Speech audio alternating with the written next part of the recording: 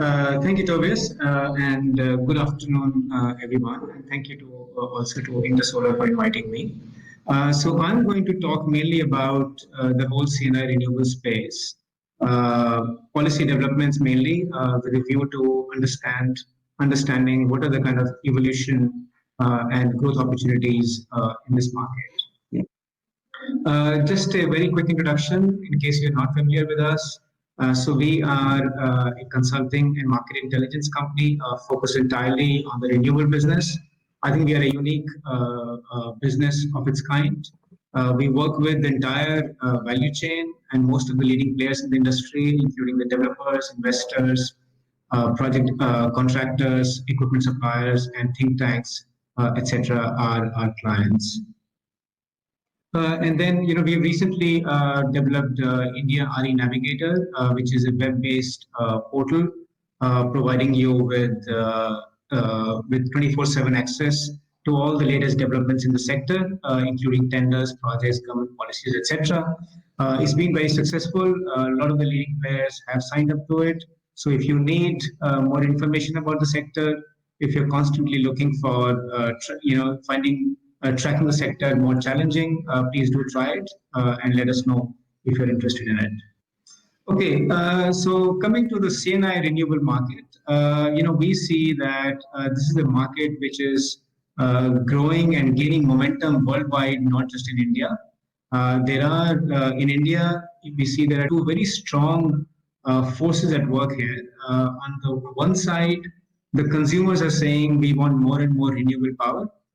Initially, the shift started because renewable power was cheaper, but then we see many large consumers, many international consumers, MNCs, etc., saying that we want renewable power no matter what, and that is because their boards or their investors have mandated them, and they have adopted a zero carbon pledge by 2025 or 2030, etc. So they need to replace all the fossil fuel or conventional power in their mix pattern.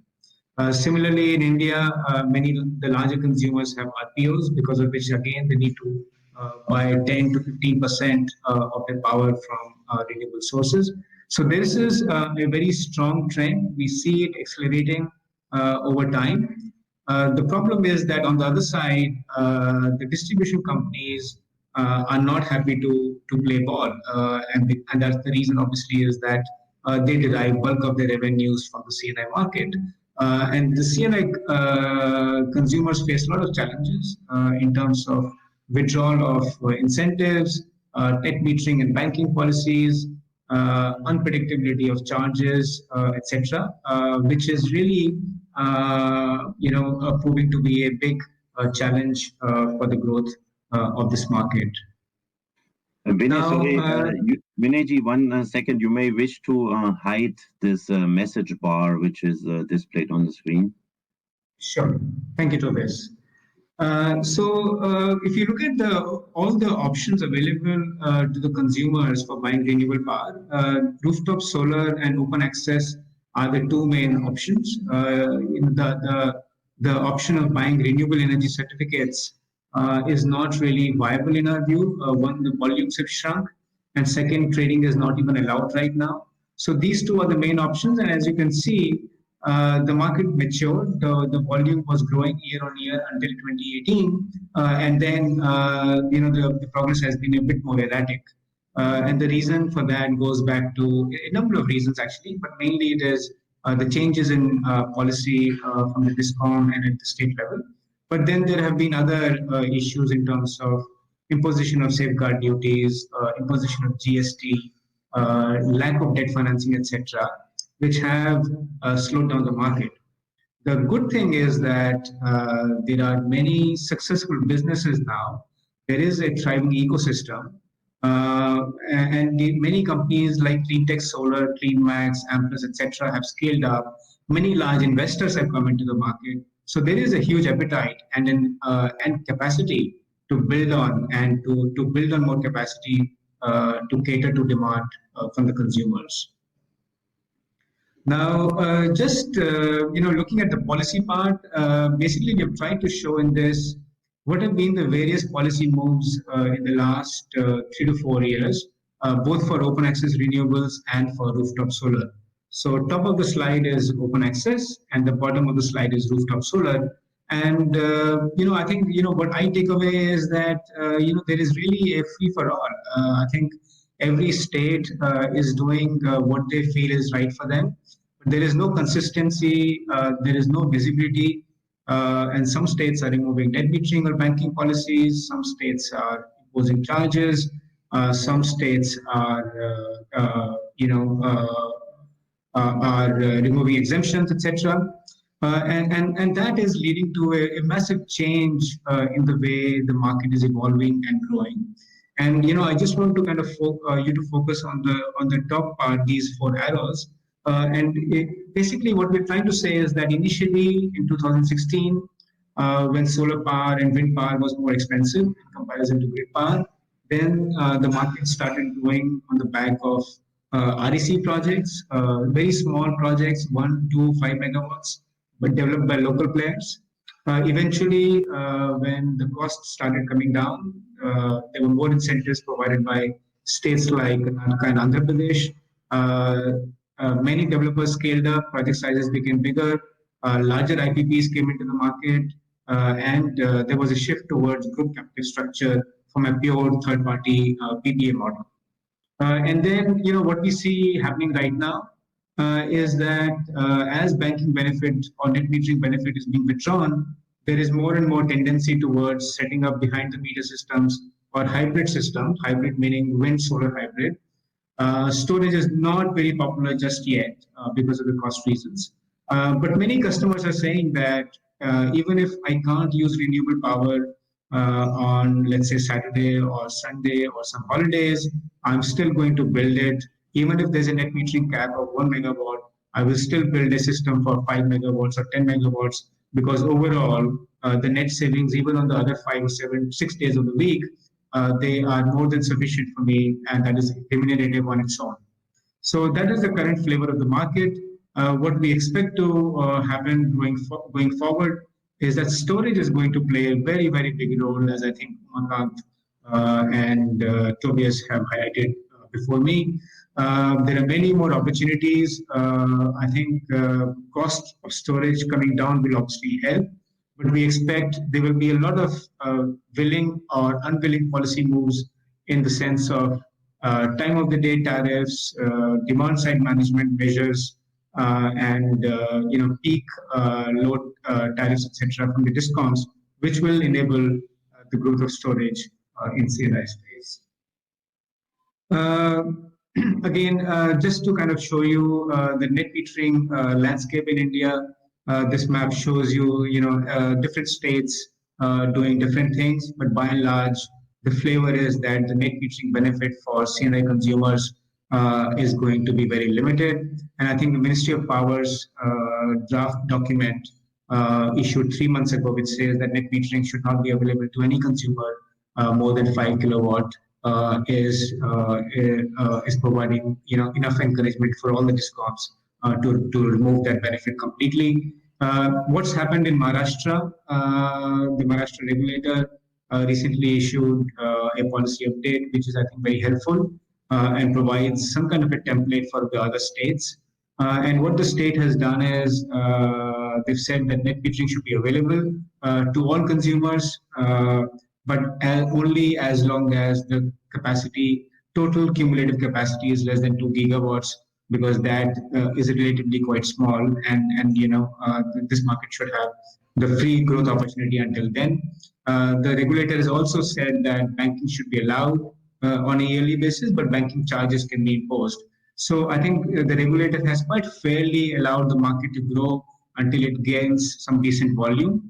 And they've also allowed a graded imposition, a time-based imposition of charges, which allows the market, gives it visibility, and it allows the market some kind of adjustment period for future.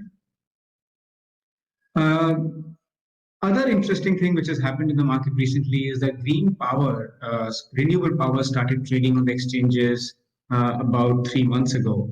And this chart shows how the volumes and prices have behaved in this period. As you can see, it's mainly solar power, which is trading, occupying, accounting for more than 90% of the share in traded volume. The traded volume is about, very roughly speaking, 1,000 megawatts every day. And the interesting thing is that although most of the interest, buying and selling interest is coming from the discoms, there are some larger consumers like Vedanta, Tata Steel, Jindal Steel, etc., who are actually buying renewable power and solar power on the exchange.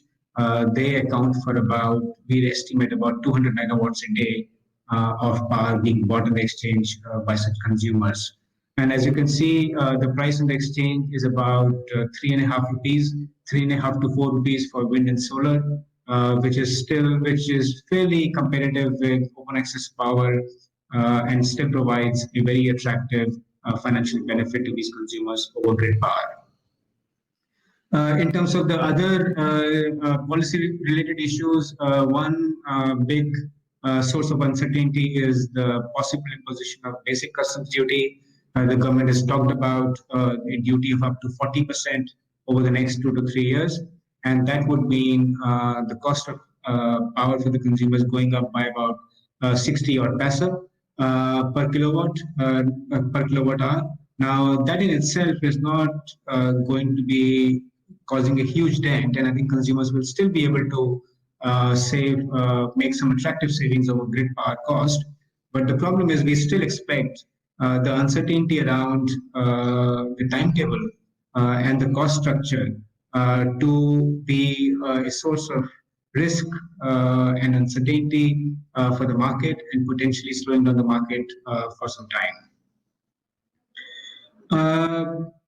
Other recent good news that we have heard on the policy space is that MNRE, together with IREDA, the government-owned financial institution, is working on providing lines of credit for basically across all parts of the CNI and end consumer based distributed systems. But the main focus seems to be SMEs and residential consumers. And we believe, that is going to be a huge opportunity for the market, more because so far the OPEX-based model and the CAPEX-based model, they're basically serving or being tapped by the relatively larger customers, the ones who are cash rich, who are able to kind of finance the upfront cost of the system. But there are there are large parts of the CNI market which are still not able to tap into the renewable market. And I think having a larger flow of debt financing is going to accelerate this market and allow more consumers to tap into it. So with that, I would just like to conclude. I think CNI renewables is a massive growth opportunity. It's very attractive both for the consumers, for the investors. As you can see, some on the right, some of the leading consumers and corporates all over the world have made pledges to adopt to become zero carbon companies in a very short space of time. Some of the largest investors all over the world are very keen to tap into this market. If you look at the market segments, the new instruments opening up, new technologies opening up, there is a huge growth potential. What we need is to help this market is some more policy stability and visibility, which would really kind of unleash this massive growth opportunity before all of us. With that, I conclude my presentation. Tobias, thank you very much for the opportunity, and I'll be very happy to take Q&A later on. Thank you.